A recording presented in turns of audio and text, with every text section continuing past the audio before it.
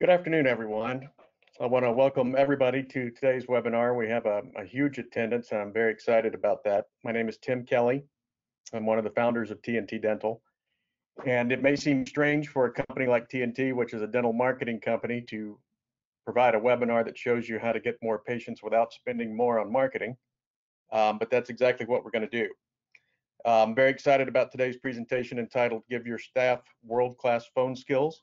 Today's presenter is Cassie Hale, and our host is Alex Yarborough. Both of these folks are growth leaders here at TNT Dental. And this presentation will give you a practical, actionable insights on improving your front desk phone skills. Cassie combines her knowledge of dental marketing strategy with a background in practice operations to present an easy to implement list of recommendations for turning more phone calls into confirmed appointments. So with that, I'll now turn it over to Alex. Alex? Now that you have a little bit of context about today's plan, we can go ahead and jump in. First, I'll be walking you through the different scenarios that detail why an emphasis on conversion makes business sense. And then following that, I'll step aside and we'll dive into Cassie's content, which contains the following. We'll start with the 6 initial core requirements. These are the crucial building blocks that are absolutely necessary for success and set the table for the steps that follow. Next, we'll touch on the 3 phases of the actual phone call once you pick up and say hello, and how that process should be structured. And then after that, Cassie will take us through her 8 insider tips for increased conversion, followed by those dreaded questions that practices receive every day and her tips for how to create a competitive advantage out of those. And then finally, we'll discuss immediate next steps for implementation of the topics that came before it, and we'll finish with an exciting free offer for all of today's participants. So our focus today is fairly simple. It's to guide your practice towards an increase in new patients through improving call answering skills and relationships. So let's take this goal and apply it to the average practice. So this practice is currently getting 25 new patients a month, which means they're converting 1/4 of phone leads, and they're wanting to get to 35. This is a practice very typical we see all the time here at TNT. So how do they get there? We basically see 2 very distinct options. Most practices think that getting more new patients is always directly linked to spending more on marketing to increase the total number of leads. Now, as a marketing account manager here at TNT, I'm more than happy to assist you with this if spending 40% more a month is the route you want to go with. Again, in case you've forgotten, my name is Alex Yarborough, and feel free to reach out directly. I'm at extension 184. The alternative to investing more money to increase, or the alternative to investing more money to increase leads is to improve on converting the leads that you are already getting, which involves no additional spending while also increasing your income. So another way to frame this is that the ADA places the value of a patient at around $1,800. So the average practice I mentioned a couple slides ago can go to above average in conversions simply by choosing door number 2 instead of door number 1. They make a 10% improvement in conversion because of this choice, which results in a practice that grows by $200,000 without a single penny of additional investment. Let's see.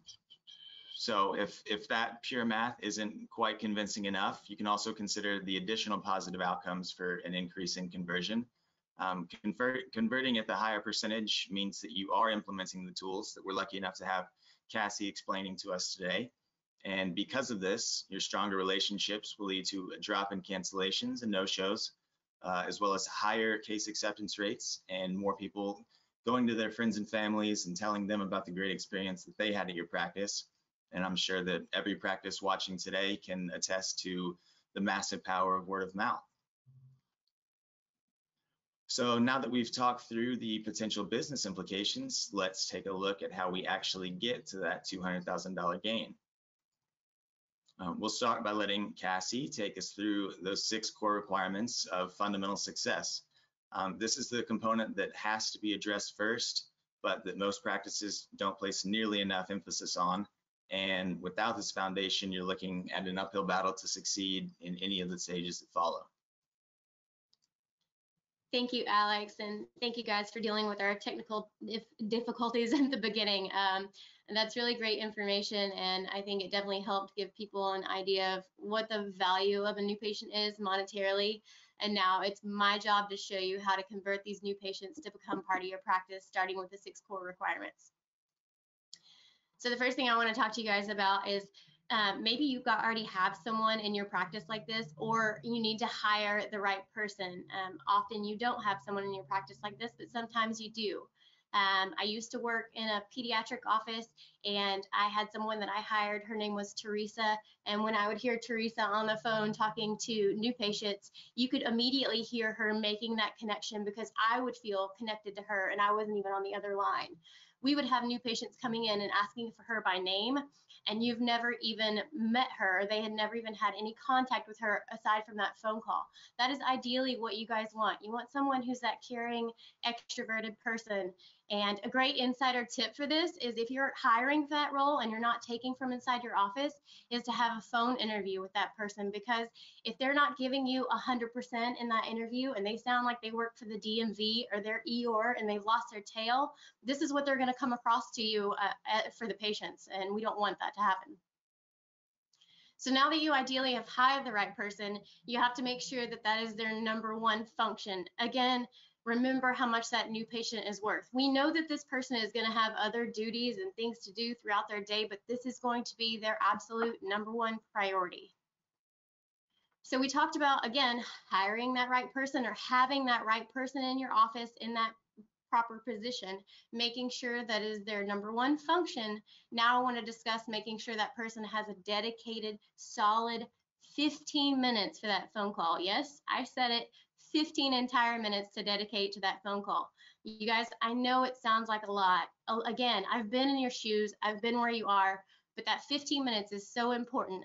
Alex, I know that you would probably agree with me. Anytime we listen to a call here at TNT, and we listen to hundreds of thousands of calls a year, we know if we see a phone call that's over 15 minutes, without a doubt, that patient has scheduled. Absolutely. I mean, when I'm putting together my monthly call listening reports for clients, the very first thing I do is go through that list of incoming calls and look at the actual length of the audio of those calls. So, you know, you're going to see your 2-minute, 3-minute calls that are most likely, you know, existing patient scheduling or perhaps trying to reschedule. But once you get up to that 9 or 10-minute mark, you start to get a little bit more excited. But I can guarantee it almost a 100% success rate that anything 15 minutes or longer is most definitely a new patient who called in and scheduled. Okay, so again, if you have that right person, you have that Teresa, this would hopefully come easy. And it's just making sure that that person is confident in themselves and they're confident in the office and the doctor. I think most of us have seen that AT&T commercial with the doctor that doesn't believe in himself and isn't qualified, and everyone else gets really concerned and worried. If you have the right person in place and you're following that first core thing to do, then this again should come easy, and they should just project that confidence over to your new patient.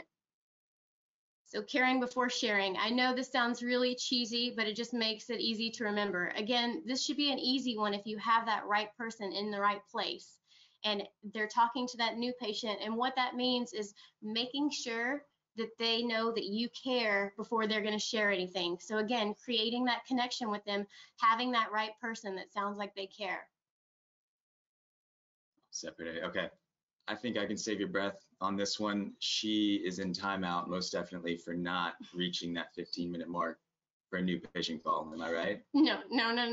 That I know what it may look like. That is absolutely 100% wrong, but Okay. Good guess, Alex. Basically, what this is just making sure that you have that right person, that Teresa, who is in that quiet area with high sound quality, and basically just make sure that they're away from distractions. You do not want them to be distracted when they're talking to that patient on the phone. I know, again, I've been in a pediatric offices before where the receptionist is sitting up front, there are toys flying in front of her, she's got the TV on, and imagine if you're talking to that new patient, again, remember the worth of this patient, guys. If you're talking to that new patient and you constantly have to repeat yourself, that is not what we want to happen. So again, I've been there, guys. I know we don't all have that separate treatment coordinating room, but try to find a quiet place away from distraction where you can handle that call, or that particular person can handle that call. Perfect. So those are the 6 core requirements. We've laid the groundwork that, like we said, absolutely have to come first.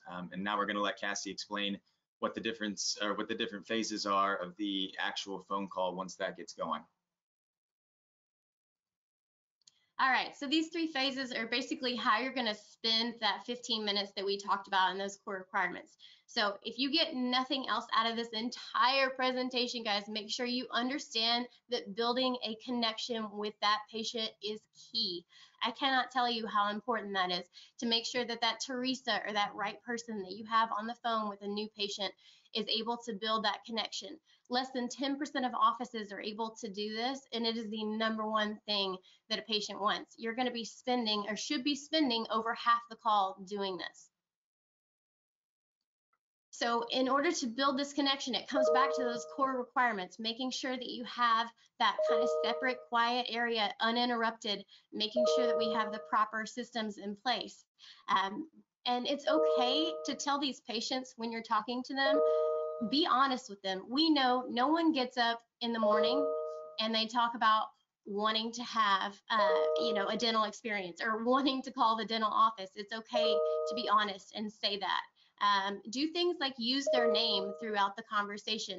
Once you start building that trust, you can kind of then talk about the credibility and expertise of the team. So this is setting expectations for the new patient. So assuming, again, to recap, we've done everything right with those core things, and then we begin to build that connection. You want to make sure that you know what to expect. Tell these patients what they're going to get when they walk in the door, but also find out what to expect as far as making sure that you're telling them if they're calling for an emergency exam and they come through that door and they get a cleaning, they're going to be really upset. And the way that we can kind of find out how to do these things is by asking open-ended questions.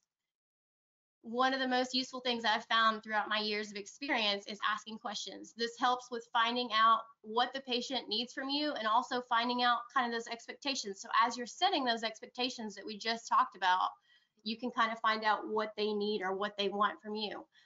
Something that I've seen a lot throughout my years in dentistry is when you ask something like, what did you like about your last dentist? More often than not, obviously, because they're calling you, there was something they didn't like. What I've heard throughout years is a lot of people say time. What that means is basically they were stuck in the waiting area for 45 minutes, or they were stuck in the back waiting on that doctor for 45 minutes. And ideally, what you want to do as that person fielding that call is write down immediately, we have to make sure that we are on time with this patient. That is really, really important to them. So another great example is when you ask something like, when is the last time you've seen the dentist? And if that patient says 10 years, then we have to know, again, write down, we need to make sure we're spending as much quality time with this patient as possible, because that's going to be a really valuable patient. So if a new patient does not list the most important thing as time, would you recommend like letting them know exactly how long they should expect their first visit to be? No, I mean, honestly, Alex, I think the thing is, if they do tell you time is something that they value, and you understand that by, again, asking those questions, then you can tell them what the timing is going to look like. It's going to be an hour appointment. But if they don't bring it up, then I find it's not worth the time to spend. You should be doing other things while building that connection. So Gotcha. I would not do it, no. Gotcha. So phase 2, again, we've spent over half the phone call. Ideally, we spent 10 minutes building that connection. And so the next 2 phases that I want to talk about is going to be how we spend that last 5 minutes of the phone call. And the first thing is going to be talk about payment options. We're generally very familiar with the people that have insurance. Make sure that you guys, as that person that's handling the phone call, that we have some kind of software in place where, I know that there's Insurance Answers Plus out there, but just something where you can kind of have fingertip access. I know that's not always going to happen, but when we can do that, make sure we do.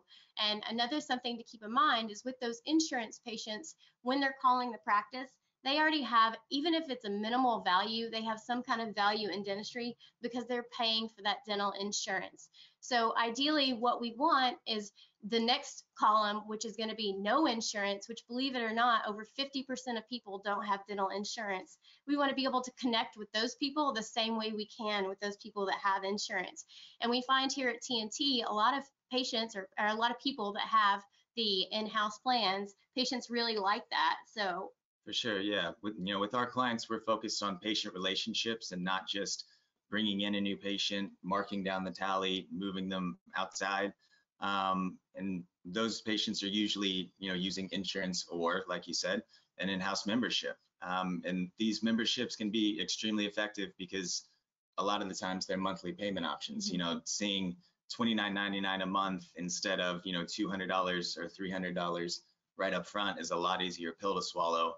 And it's, the in-house plan is definitely an option that we always suggest to a client if they think that they could benefit from it.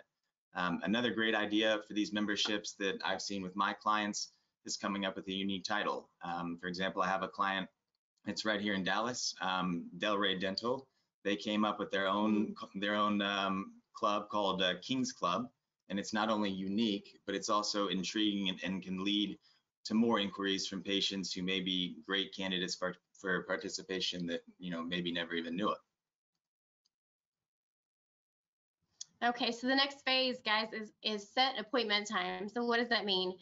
I cannot tell you how often I see practices that do not schedule same day with emergencies, and I want to tell you how important that is. When an emergency calls you and they want to get in same day, typically the show rate is 91%. So if you schedule that patient the same day, that emergency new patient, 91% of those patients are going to show up. So the next day, if you schedule Mr. Jones that next day with his emergency, that 91% goes down to 18%. Yeah, 18%. That's a pretty big difference. So I just want you guys to remember something. The longer the wait, the higher the no-show. Again, repeat. The longer the wait, the higher the no-show. We have a story here at TNT that we like to tell around a little bit, just to kind of prove this. Is we had a client here that was really excited. They scheduled someone for all-on-4 case 2 weeks out, and we're all familiar with Clear Choice and kind of their same-day business model, and obviously so they spend a lot of money on having that same-day business model. But that patient scheduled that all-on-4 with one of our clients for 2 weeks out is when they scheduled them, and they get a call the next day from that patient saying that they signed a contract for $50,000 with Clear Choice. So not exactly what we want to do. And, I know we ideally can't offer same day to everyone, but it's what we want to do. And then if not, as soon as possible.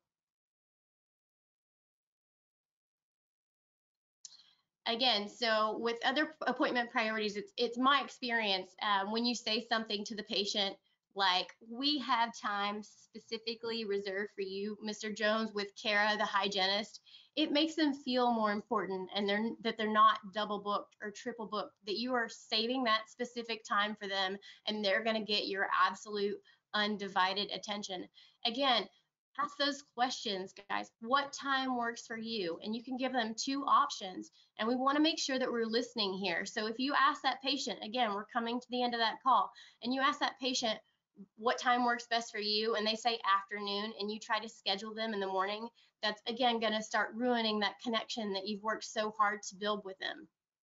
And then the last but not least, we want to make sure we have scheduled that appointment, woohoo, and we are going to send them that world-class personalized confirmation. Exactly. So the main purpose of a confirmation email like this that TNT is able to create is that it acts as a continuance of that 15-minute relationship building that we've learned all about from Cassie. It sort of acts as a wow factor when the new patient opens it. They were already feeling good about the new dentist that they found. They loved the communication and the relationships that they've already built, and this is only going to add to that. So this particular example comes from one of our clients, which is Premier Dental in Vero Beach. And what I love about this particular one is that at first glance, it almost looks like a fully built out web page. It's extremely clean. It also clearly displays Premier's contact info, as well as an easy to find time and date appointment confirmation. But I think what really sets this and our most successful confirmation emails apart is that it does include videos. So This is either a 30-second welcome video that helps them tour the practice, or a welcome video with dialogue from the doctor himself. All of this is just to relieve that anxiety before the appointment. So now that we have our base of 6 core requirements and our best methods for building relationships through calls, let's hear Cassie's 8 insider tips. All right, so I'm going to share all my secrets with you guys now. Again, to recap, if you've got that right person, that Teresa, then these things should be pretty easy. 7% of communication is words, which means that the rest is going to be tone and body language. But that person on the phone cannot see the body language, obviously, so it's going to be all tone. Making sure, again, you don't have someone talking to that patient it sounds like they just wrote a really sad country song. We want that person to be happy and making that connection. You could hear when someone's happy over the phone. We all have that friend that if you're in a bad mood or you're having a bad day and you call that friend, they immediately cheer you up because they're so happy on the phone. We basically just want to make sure that we're role playing through those actions and things like that. If something comes up and you have that Teresa in place and she has questions, I know role play is not something that we like to do ever. Trust me, I know, but sometimes it's a necessary evil because the reason we want to role play is so we don't have a script. I hate scripts. Scripts sound absolutely, totally fake. And what I've been talking to you guys about, and the one thing, if you get nothing else from this, again, is building that connection with that patient. You cannot build a genuine connection with a script. So you can have talking points, that's absolutely fine. You want to ask, listen, and take notes. Something you want to make sure when you have those talking points is remind yourself to get their name and phone number. This seems pretty basic, but you would be surprised how many calls that we hear here at TNT where patients will call in and God forbid the phone gets disconnected, or you have that one single patient that won't reappoint, which we obviously don't want to happen, and that person on the phone does not get their name and phone number. And then you just want to make sure that when you do get that name and phone number, it doesn't come off like you're interrogating them. You want it to be very natural. And then ask for permission to call them back. It's okay if they don't, schedule that appointment. Ask to call them back and follow up in a week and make sure that you're doing that. Again, pretty simple, guys. If you have that right person and you have the protocols that we've been talking throughout the presentation, avoid callbacks. We have a lot of offices we see where the person's not properly trained, or you don't have the assistant cross-trained or the hygienist cross-trained where they can do other things in the office, and that person is having to tell the patient they'll call them back because they're going to have to figure out what to do. And those systems are absolutely critical. You want to make sure that you have those. Again, 87% do not become patients if you don't keep them on the phone and you tell them you're going to call back. So 87% of new patients are not going to become your patients if you try to call them back. The other thing is don't put them on hold, guys. We don't want to put them on hold any more than we want to call them back.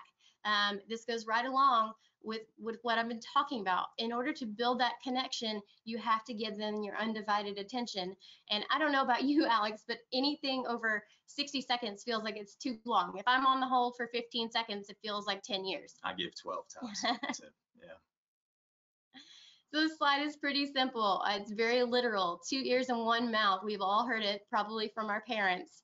Use them in proportion. So going back to talking about asking those open-ended questions, when they're talking, make sure that we're listening to what they have to say and we're not talking over them. We can't learn anything about the patients if we're talking over them.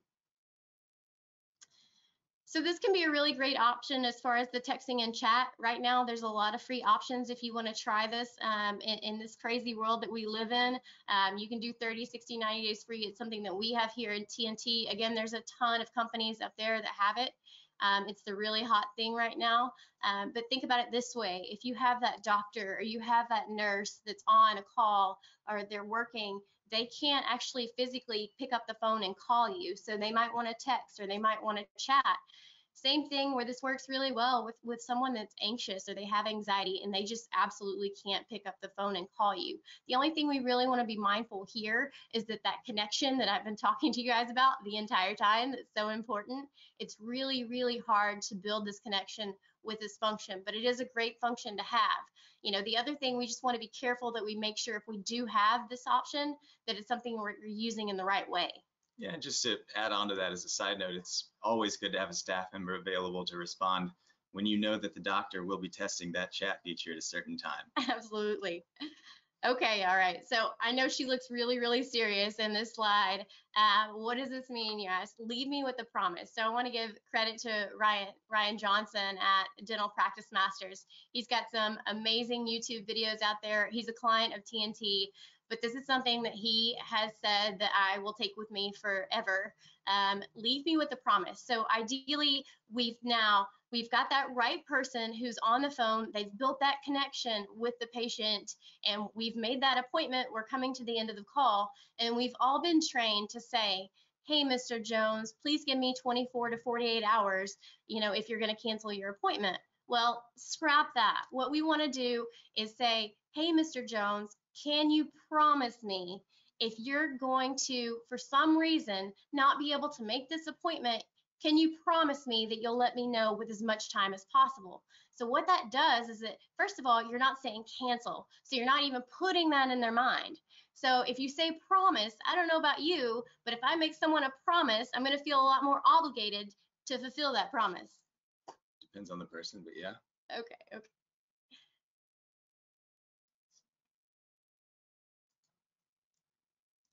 So today we'll go ahead and finish up today by talking about those 3 dreaded questions that we mentioned earlier that end up needing answers almost every day.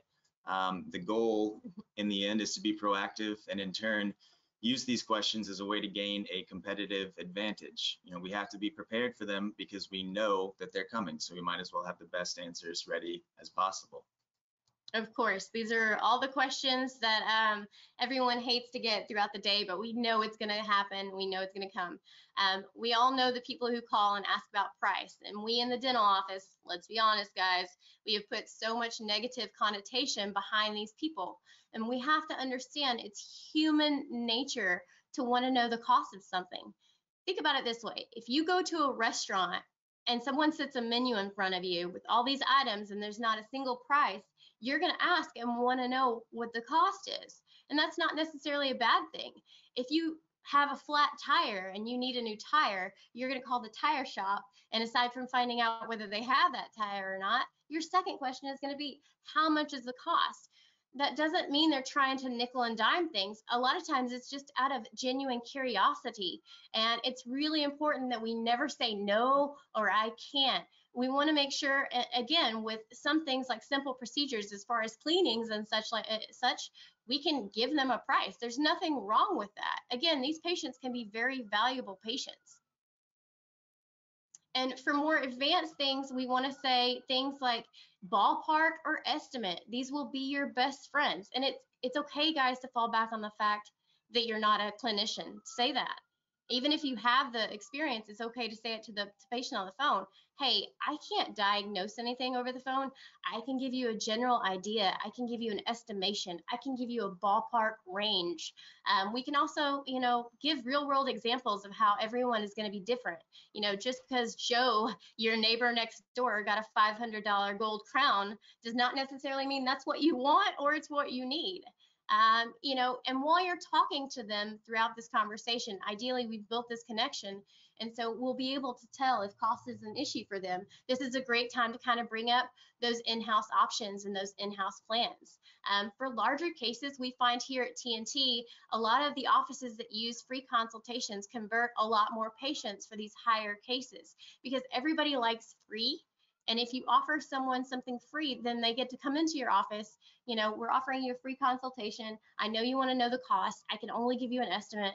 You bring them actually into your office. They get to meet not only you, but then they get to meet the doctor and see the staff. And you can show them, again, that world-class experience that we want them to have.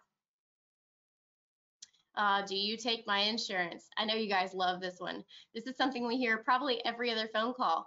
And, you know, again, having those proper software systems in place, having, you know, different talking points, things like that, really important. If it's in network, it's easy. It's when it's out of network, you're going to have that Teresa, and she's going to have that amazing tone, and she's going to be connecting with that patient.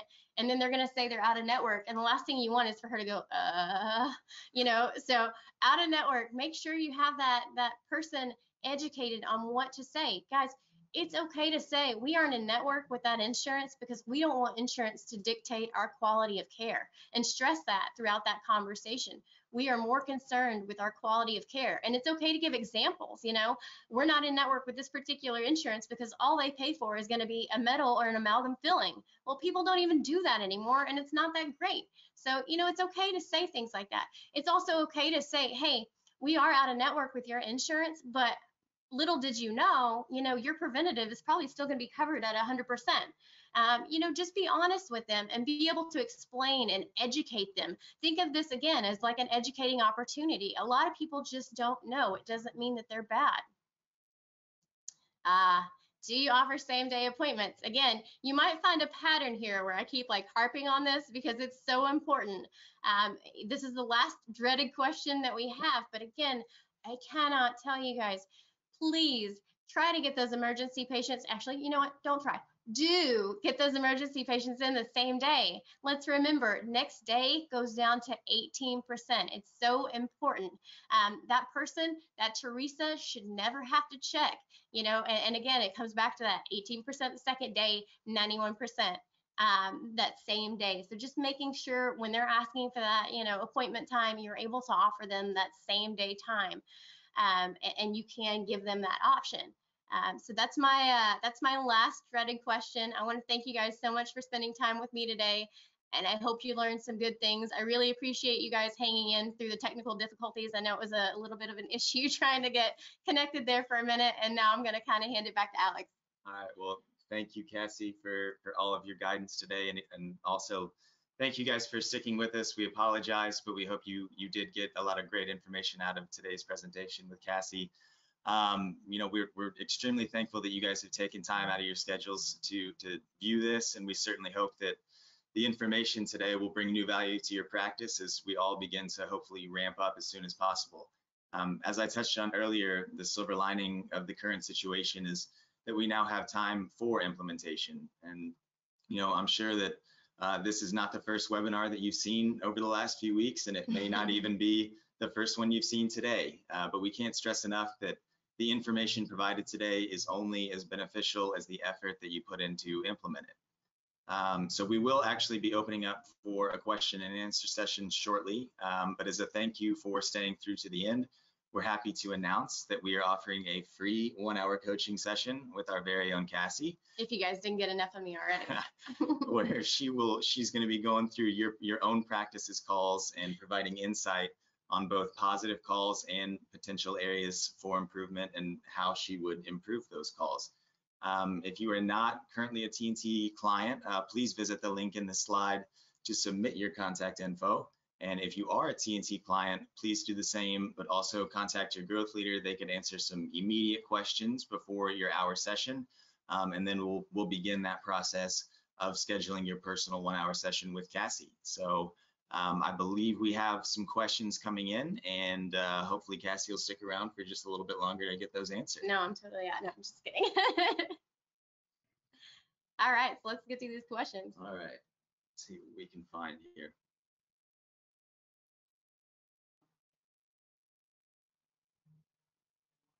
Right. All right, so it looks like our first question comes from Tabitha G. If my front office person is only supposed to be answering the phone calls, what else can I have them doing during downtime so that they're still available when the phone rings? Okay, yeah, actually, Tabitha, that's a really good question.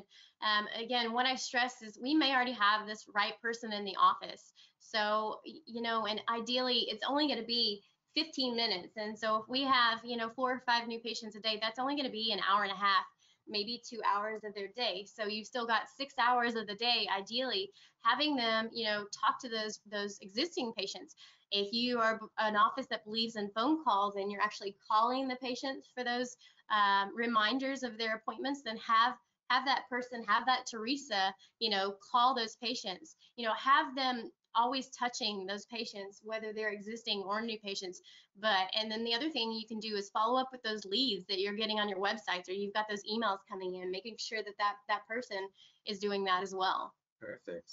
Our next question comes from Colleen F. What do you think is the best strategy for handling incoming calls over lunch? That's a tough one, Alex, and I think every office is going to be different. So this is something I would probably address when we're doing that 1 hour coaching, depending on what it is and what it's going to look like. I would just, say probably to have staggered lunches, ideally, if you have that option.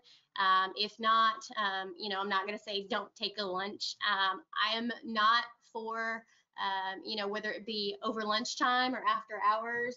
I'm not necessarily for a call service, just because if you have that small call service or answering service where you have that trust and that faith in, then that's absolutely okay. But the problem is, again, coming back to the EORs and the DMV drivers, that's the last person we want representing the office. That's the last person we want, answering. So again, ideally, you can have a cell phone that will connect to one of your staff members, or even if you can't have that right person, which is ideally what we want, and again, we can talk through that with some coaching sessions.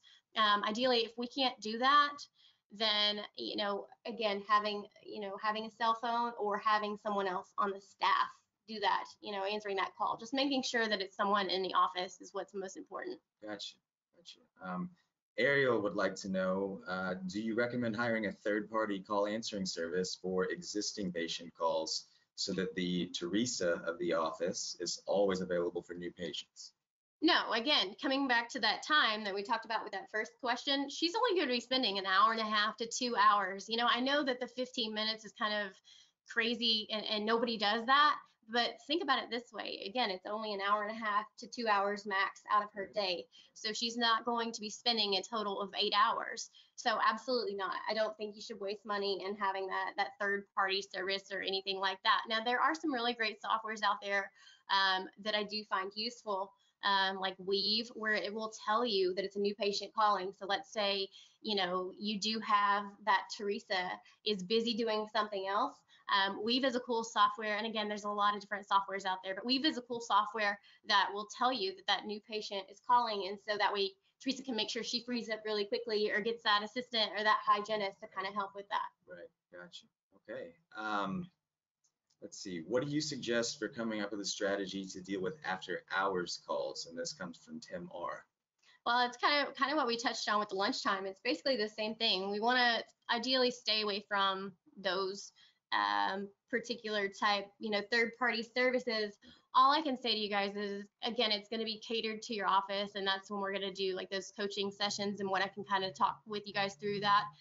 But ideally, we want to stay away from those call answer or the call services, because again, it could be Tina from the DMV, and there is no Tina. I'm just making up that name, so don't be offended if your name is Tina. But it could be Tina from the DMV that has the worst tone, and the problem with that is then they get associated to your practice. So let's say that it's after hours, it's 9 o'clock on a Saturday, and she's mad that she has to answer the call anyway. And she basically, the only message you get come Monday morning is, hey, Bob called, he had a toothache or an issue or something, I don't really know. And so then basically when you call that new patient, you sound like an idiot because you don't know what they were actually even calling about, how important it was. So I'm a big component, or a big fan of having that cell phone component, having that cell phone that you can kind of rotate different staff members to take home. Gotcha. It looks like we're coming right up here at 3 o'clock. So final question for you, I promise. This comes from Taylor D. And he says, I have a full staff and no room to bring on new hires. Is it possible to convert someone into the right person, or do you have to hire from outside? That's a complicated question. I will say that there are the right people within the practice sometimes that you just don't realize they might be in a different role. So we just need to shift around kind of what's going on in your office. But the thing I want you guys to remember is you can't make an extrovert. Like if you have an extrovert in your office that's been doing insurance, that's probably the wrong thing to be doing. We want them, you know, in that answering the calls, talking to the patients and things like that. So yes, I do think sometimes training can totally help 100%. But it's a matter of making sure you have that right person to start out with. Perfect. All right. Well, Cassie, thank you so much for your time. Thank you guys. Again, thank you guys for sticking around with us, and have a great rest of your day.